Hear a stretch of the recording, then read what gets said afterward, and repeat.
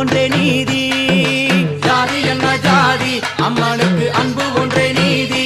பெரிய பாளையத்தில் வந்து பாருங்கம்மா, இந்த செய்தியை சொல்லிடும் பூசைகளே. அம்மா அம்மன் அலங்காரம் தினம் தினம் காண வரம் வேணும்.